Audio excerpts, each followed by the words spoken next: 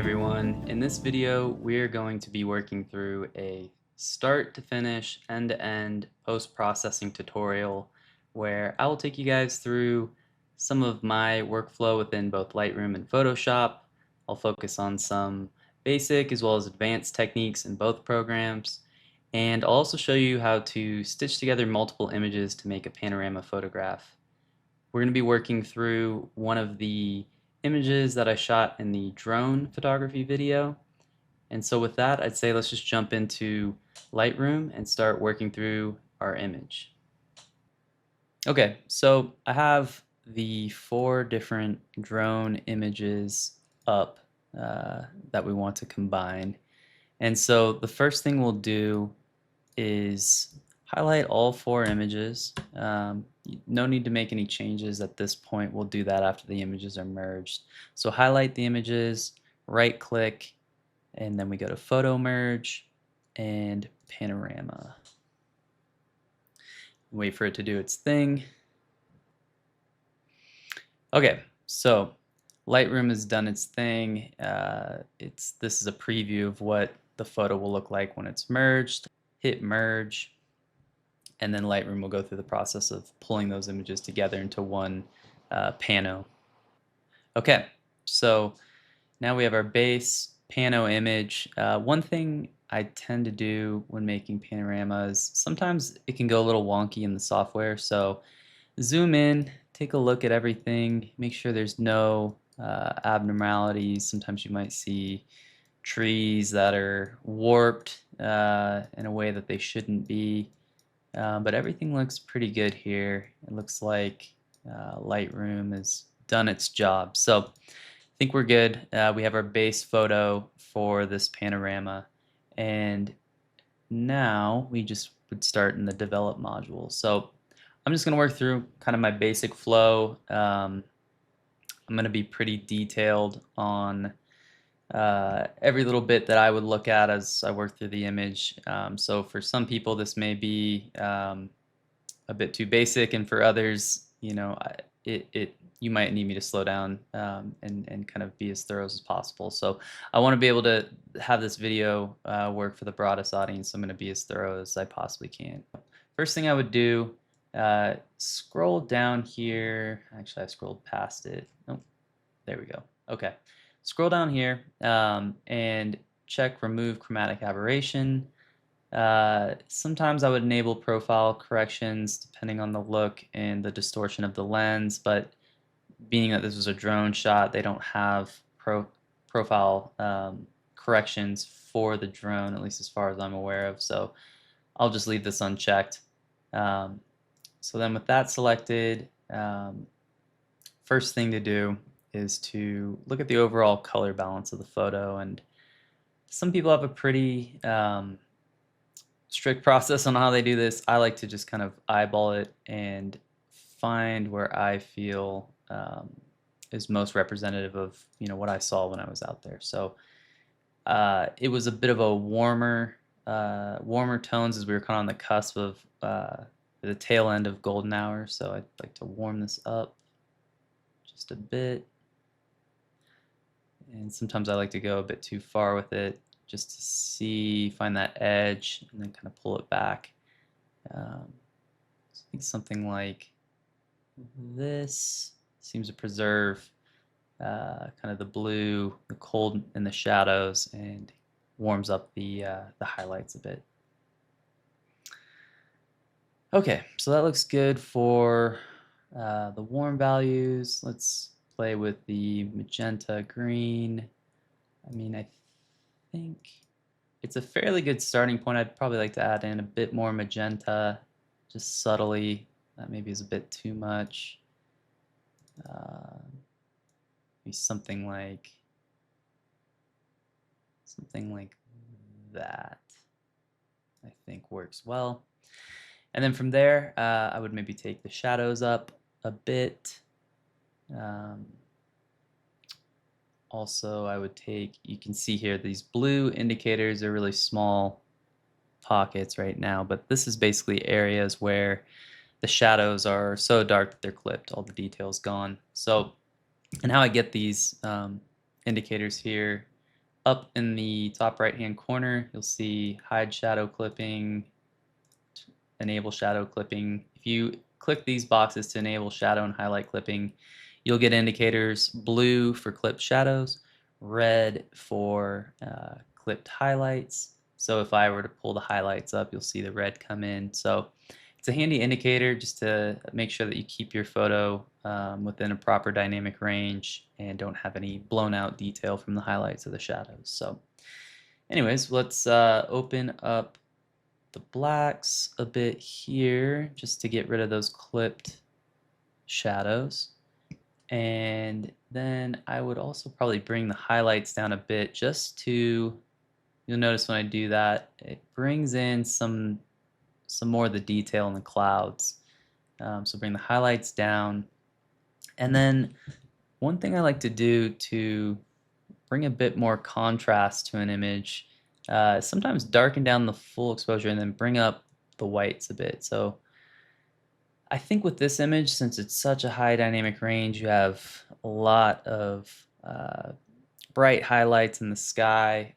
What I'm going to do with this is I like the way the sky is now. I think it's fairly on point. We'll obviously do more adjustments to it in a bit, but I think the foreground could really benefit from, you know, some bringing up the shadows a bit, bringing up the whites, bring in a bit more contrast. So what we'll do is we'll make a radial gradient, or sorry, a linear gradient, not a radial gradient, and we'll just mask in the foreground. Maybe something like that. Level this out a bit. Okay. And then, so it's already fairly dark and underexposed, which when I'm using this technique where I'm bringing up the whites, I kind of want that darker exposure. It's doing this to me adds a lot of contrast and pop. So let's try this out. Okay. So now the highlights are being clipped. Looks like the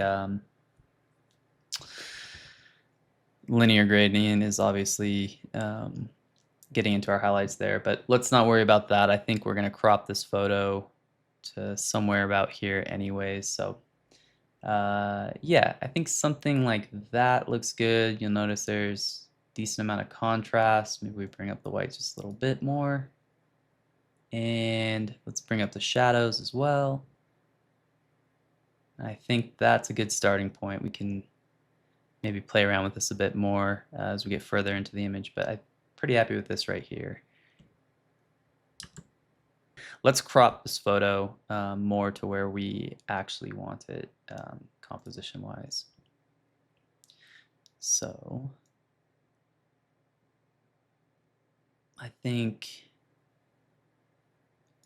pretty much, let's see, right there looks good to me. Sometimes it helps me really look at the composition when I take a step back. That might be a bit too far back, but something like that kind of gives me a better feel for the composition, and I think that looks pretty good. I think we'll stick with that for now. Okay, so looking at this image, where do we want to go next? Just some of the basics in terms of housekeeping that I would do on every image. Sharpening. So first thing, I would actually add in micro sharpening and not worry. I would not sharpen up front because we're going to take this photo into Photoshop. It's going to be saved as a TIFF. You don't want sharpening saved into your image early on. It's, you know, a destructive save and you can't go back from it. So we're not going to mess with sharpening in the sense of actually getting it dialed in where we want for the final image right now. But what we will do is we'll add in some micro sharpening, so we'll take the radius down, bring up the detail slider all the way, and this gives a good kind of base level of fine detail to the image in addition to the sharpening that we'll give it later. So let's hit the masking just to make sure it's not in areas that we don't want it. So everything that you'll see highlighted here, the white, is where the sharpening will be applied. Everything in black will not get sharpening. So I think probably maybe something like that actually is perfect. Okay, so with that taken care of, actually, as I'm looking at this image right now, one thing I want to do real quick is uh, change up some of the tint on the foreground right here. To me, it's a bit too green, almost neon green to my eye, so I want to bring in some magenta. And to do that, we already have this linear gradient, so we will just take that and move the magenta slider over to what looks right, at least to my eye. So I'd say that's too far for sure. I think subtly maybe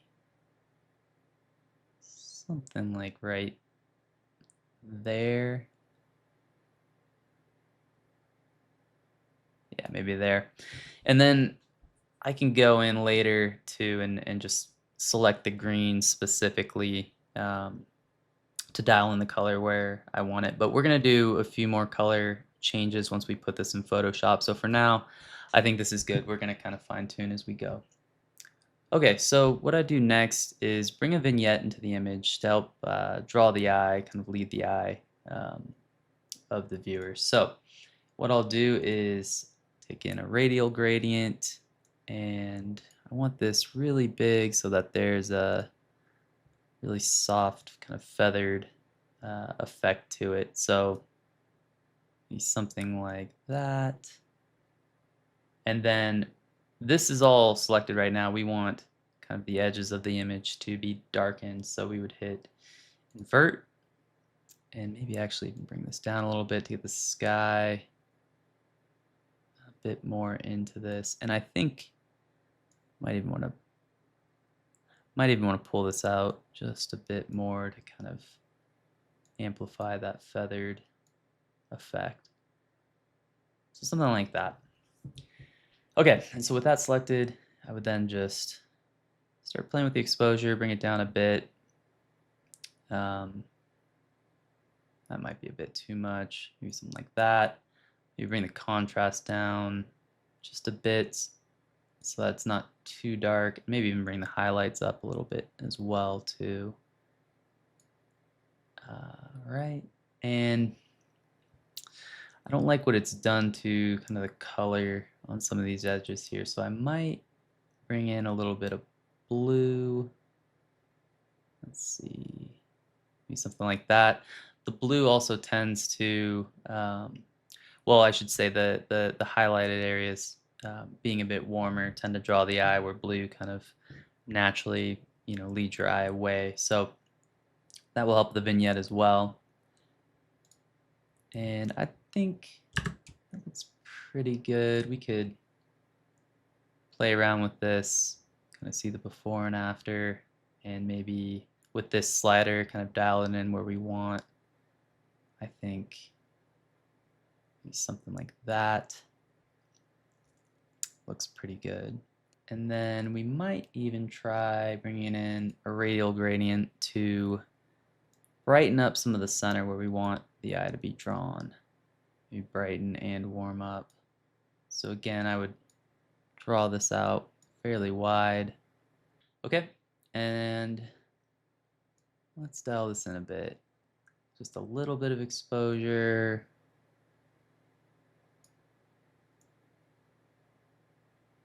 And when bringing up the exposure, bringing up some contrast as well.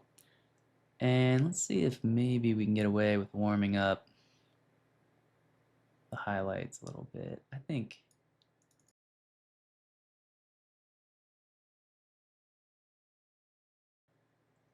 something like that looks pretty good, I think. So again, let's see the before and after on all this. Before, after, maybe a little too much. Yeah, let me pull it back to like there.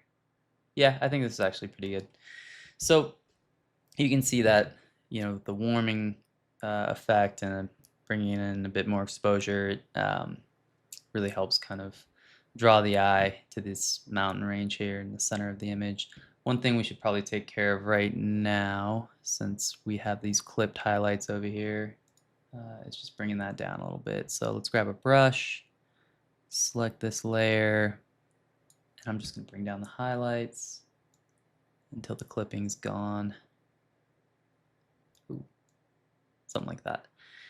Okay, so now with where we have the image, I think it's a good time to bring it into Photoshop and go through a bit more of my workflow there, some of the basics, and then we'll bring it back into Lightroom and adjust a bit more. So to do that, right click, edit in Photoshop, and this will bring up Photoshop and we can start working on the image there.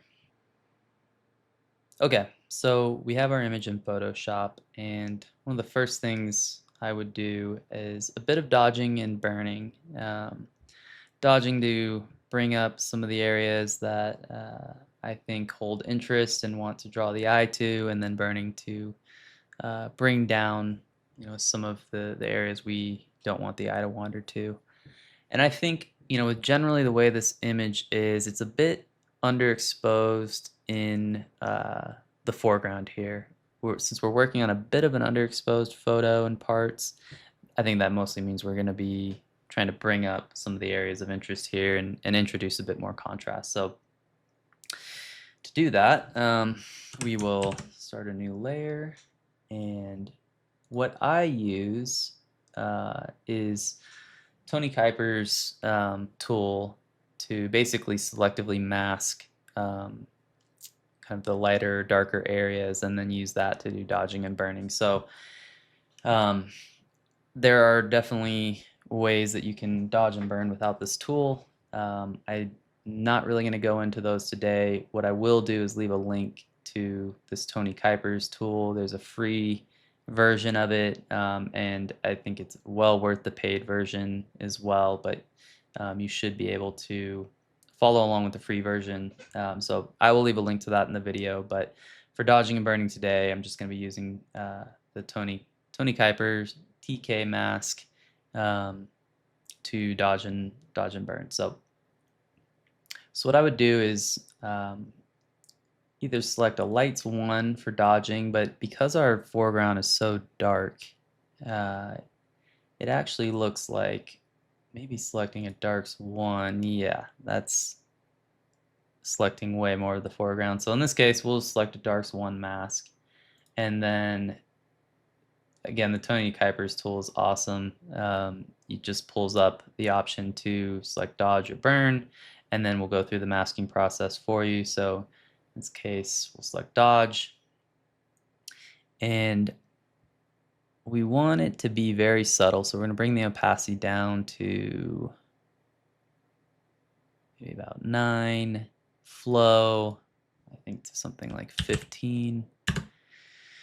And I kind of want to keep with the color in some of these highlighted areas that we want to brighten up. So we'll take the selection tool here and bring it up something like there, and then we will start dodging with that color selected. So again, this is meant to be a very subtle process. It might take a lot of passes, but what I'm doing here, I love kind of the meadow, moss, marshy, marshiness of this field here, and want to bring the eye to some of these almost patterns in between the water and the trees. And so they're fairly dark right now, and I think just going through here and slowly bringing up some of these areas will add a bit of contrast and interest to the foreground. So we will keep doing that.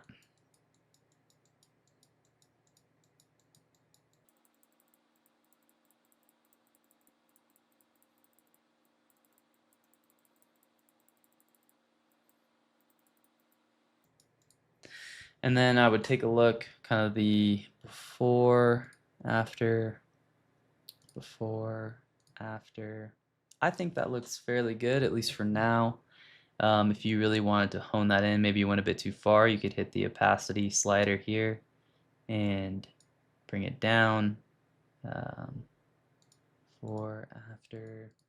Yep, I think bringing it back up a bit is more in line with where I want it. I think 100's fine.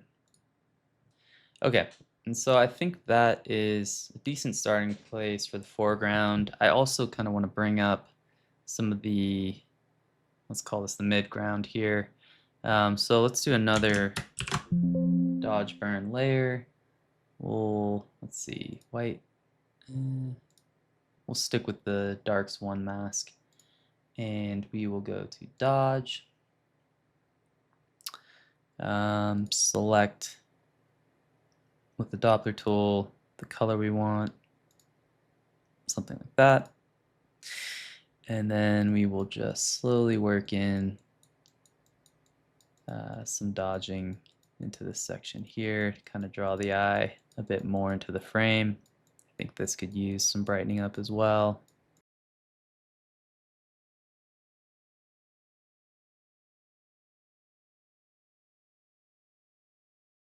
Okay, so there's some areas in this, both the foreground and even a little bit here in the midground where I want to bring up just generally, not necessarily with the color of the highlights, like in this case, green. So we'll do another dodge layer. This time we won't mess with the color. Um, we'll just keep it with a neutral white. And I think this little island here could do for some brightening. Let's see. Yeah, something like that. A little bit over here. And then some of these pond areas I think are interesting. I want to make sure that they stand out a bit more. So we'll do a bit of dodging here.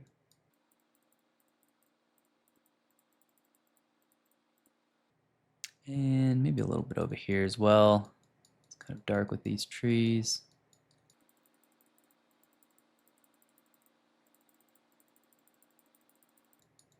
Bring out some of this pond here. And a little bit more over here. Before, after. A little bit more here.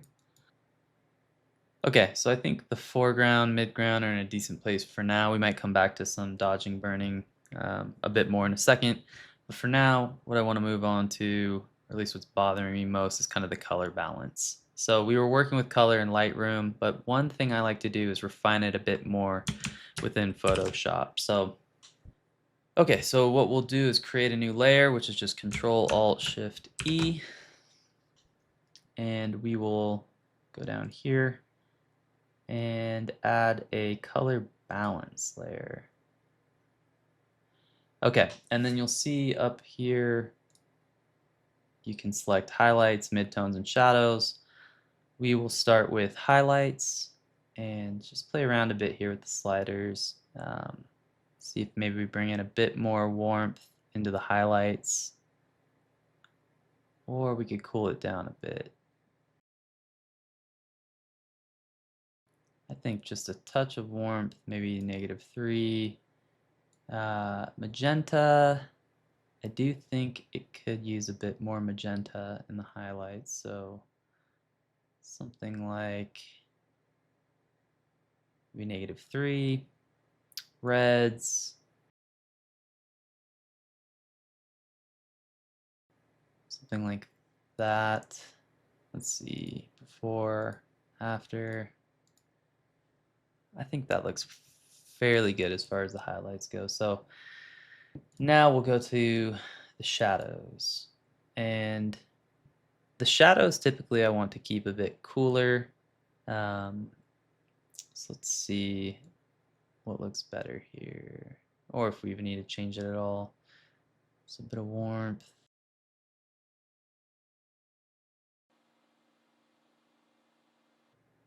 So maybe just a subtle shift like that. magenta,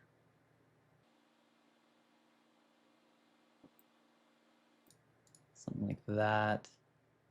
Actually, let's see. Yeah, -1 subtly looks good to me. And then the red cyan.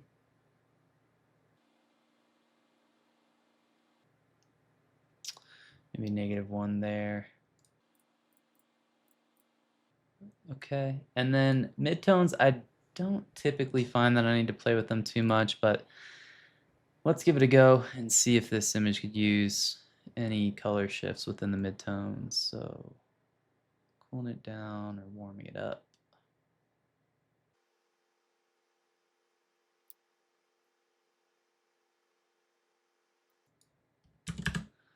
I actually think that's fairly good as is. Magenta, just a touch of magenta works there. And then cyan and red. I think that's good too. So before, after, kind of brings out more of the reds from the sunset and the clouds. And overall, it's a subtle shift, but I think the image is better for it. Maybe a little bit too far, so let's play with the opacity. Yeah, I think bringing it down to something like that works. Okay. Color, I think, in a decent place. We can continue to tweak it if we need to, but right now what's standing out to me is I want to do a little bit more um, dodging to kind of bring the eye in a bit more center. Some of these trees I think are a little bit too dark and contrasty, so let us do another dodge layer. And I think bring the eye a bit to the center of these trees and also take up a bit of shadows and contrast from these trees here on the left. Let's see, before, after. We get a bit more over here as well. Something like that looks fairly good to me. Okay, so I think that's in a good place. So what I would do now, before any other adjustments, I'd want to add in the Orton effect to this image, add in a bit of kind of that glow and softening to the highlights. So I'm going to walk you through what I typically do. So yeah, let's make a new layer. Control-Alt-Shift-E, and then we'll go Filter, Blur, Gaussian Blur. And as far as radius, I typically keep it around the amount of megapixels that the camera has. So in this case for the drone, I think it's about 24 megapixels or 21 megapixels, something like that. It's in the low 20s. But the only thing is this is a pano. It's a stitched image, so it's actually much higher resolution. In that case, I think I'm going to bring up the radius to maybe something like 40 or 50 even. Yeah, I think 50 is what we'll go with. Okay, and then we want to apply the Orton effect only to the highlights, not the shadows. We don't want any glow in the shadows. So what we'll do is we'll do a lights 1 mask just to select the highlights, and then add that to our selection. So now you see, I mean, this is 100% opacity. The Orton effect is everywhere. I would take down the opacity to maybe about 12%. I think between like 12 to 15%, depends the image. Let's see, maybe we bump this up to 15.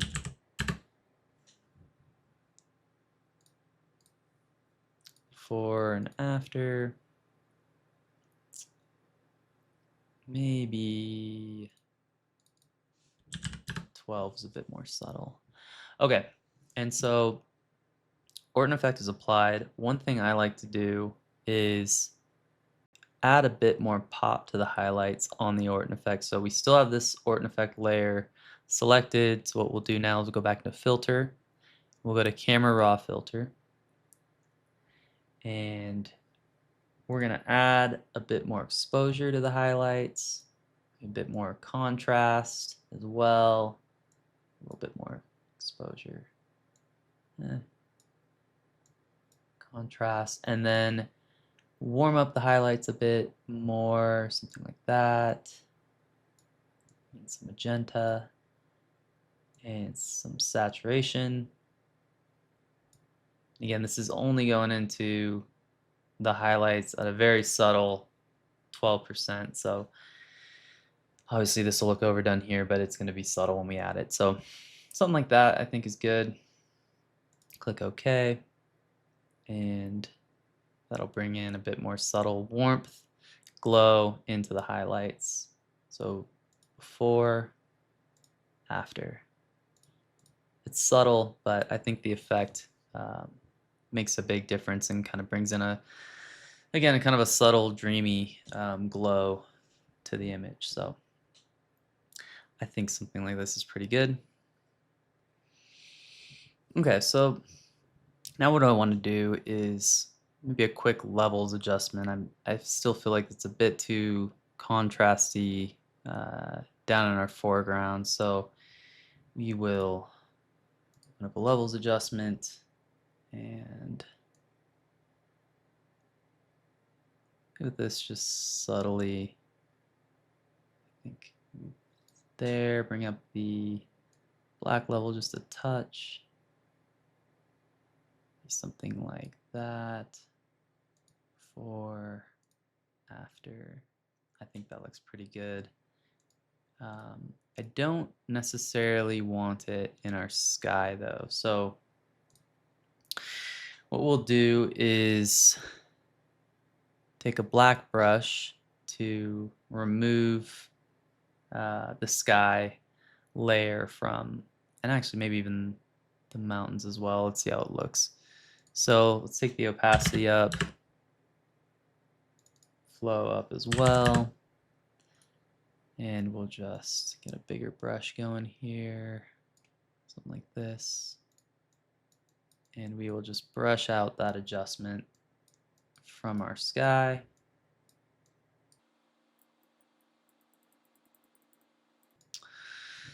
I think that looks pretty good, so I think it looks good within the mountains too. We can always bring some contrast back in there if we want to later, so I'm happy with that. I think that looks good.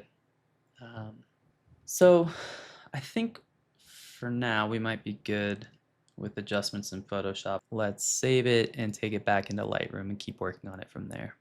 Okay, so we have the image back in Lightroom. I think the image has come a decently long way. You see kind of the before, the after.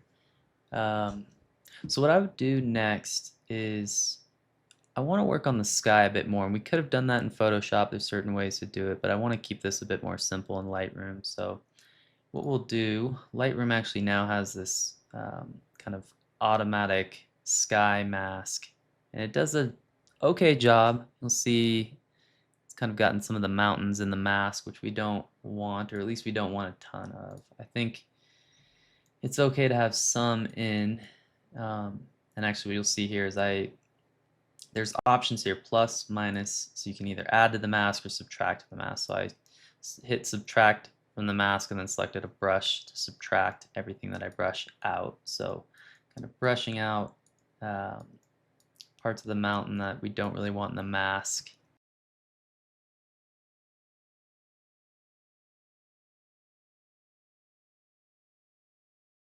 I think that's fairly good. So we have our mask selected for the sky. I want to play a bit more with this. I think the tint, maybe add in a little bit more magenta.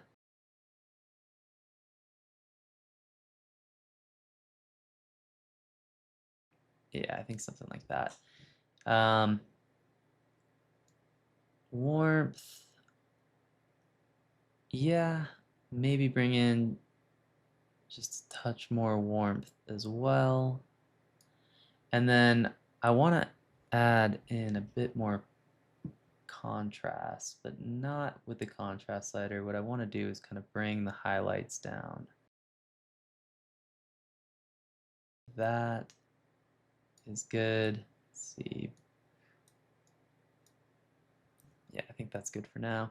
And then maybe even bring up the saturation just to bring out some of the color that was in those clouds.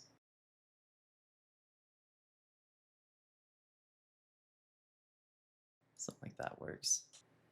Okay, so with the sky in a decent place, what I now want to focus on is um, some of the colors and isolating some of the colors, and specifically the greens. I think the image is in the foreground at least a bit too green, a bit too saturated in the greens, and so what we will do is we'll go down to the hue, saturation, and luminance slider. So on the hue slider, I think the greens are actually more coming up as yellow. So right here, we will shift the yellows. In this case, really it's the greens, but we'll shift it over more towards red. And to me, shifting it a bit more towards red, when you're out in the scene and the light is going off and the reds and magentas are coming out in the clouds, all that light from the sky is bouncing onto the scene, bouncing onto the foreground. So in reality, at least what I saw when I was out there, the foreground is a lot more kind of having a magenta cast to it, and I think we got away from that a bit with some of the color editing that we did previously. So I think it's important to kind of move this yellow slider a bit more towards the reds, kind of bring in some of that red and magenta back into the foreground. And then I think all of this is a bit too oversaturated. So what we're going to do is go to saturation, bring down the yellows a bit, maybe something like that. Let's see. Yeah, I think that's good. And then some of the blue kind of in the shadows here, I think is a bit much. And we could isolate that, but let's see. Yeah, it does look like it just targets that area in particular. The sky looks fine. So we'll take down the blue that way. That's kind of overdone in this area.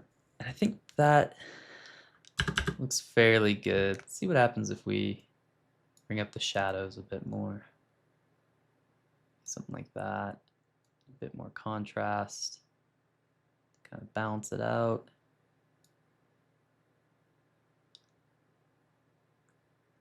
I think that looks pretty good. Okay, so a few more things I want to do. The sun was off to the side here and was casting all this light that you see going across the scene, hitting these mountains, and I want to really emphasize that effect because it's not really showing up too well in the image here, the way it's exposed. So what I think we'll do is get a radial gradient. We'll kind of select this area where in roughly the kind of shape and direction the sunlight as it's going down um, would be casting. We want to add a bit of emphasizing that glow that's kind of streaking across the sky here. So to do that, one thing is we will warm this section up a bit.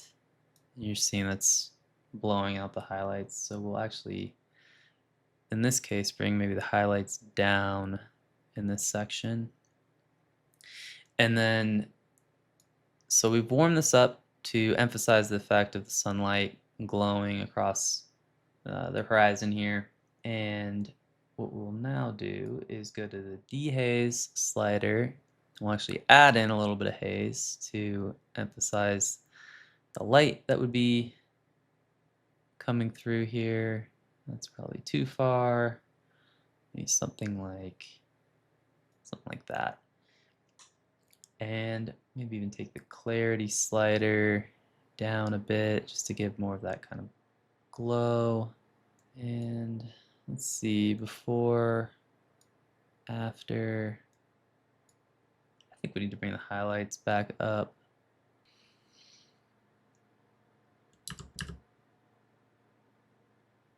Okay, so what else do we want to do with this image? I think one thing is the crop to me could still use maybe a little bit of work.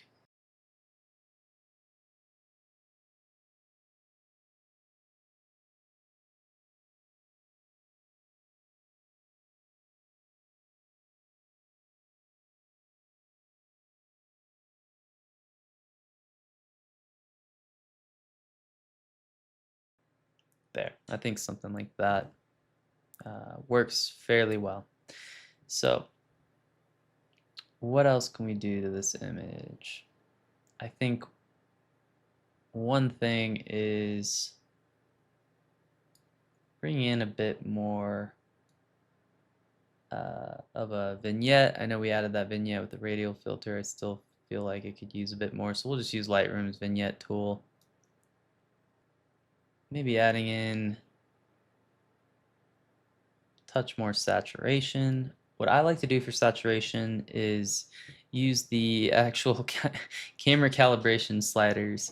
I find that, well, all of these can work in different images, but I find that generally the blue primary slider tends to add, the most realistic saturation to an image. So let's try that. Something like that. Then I also kind of want to darken some of these areas that the eye is a bit drawn too much to. So I think right here, kind of bright whites in this reflection are a bit much.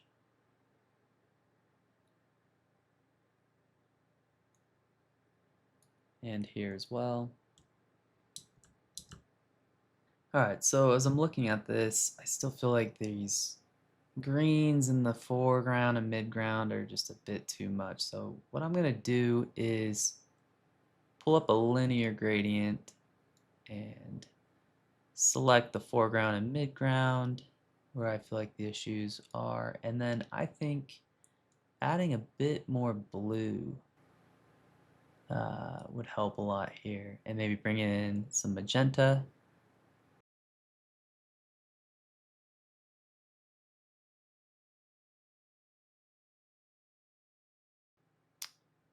Maybe we'll just adjust the slider down a bit. Alright, so before, after, I think something like that's pretty good. But yeah, it just adds a bit more dimension to the image. We have blues kind of back in the shadows where they should be, and all the highlights and warmth here still pops. I think the color balance looks a lot better that way. Okay, and then I think we're going to adjust the image over just a bit more to the right. I think that's about right. So we'll use the red primary slider, we'll move it over just slightly. There. And I want to bring in a bit more